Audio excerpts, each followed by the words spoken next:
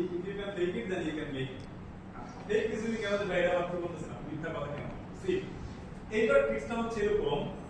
এইজন্য বলি যে ধরুন আপনি ফার্স্ট ইয়ার স্টুডেন্ট আপনার ক্যারিয়ার অ্যানালাইসিস করে শর্ট অ্যানালাইসিস করে সব করে দেখুন যে আমি মার্কেটিং এ বাংলাদেশের সেরা হবো আজকে বা হবো অঙ্কের মতো আচ্ছা তাইলে আপনি এখন ফার্স্ট ইয়ার আপনি আরো 5 বছর পড়াশোনা করবেন মার্কেটিং এর বস হইতে হলে তো 10টা বছর চাকরি করতে হবে 5 বছর আচ্ছা এখন আপনি মার্কেটিং এ সেরা হবেন বাংলাদেশে তার জন্য সবাই চাকরিতে যাওয়া লাগবে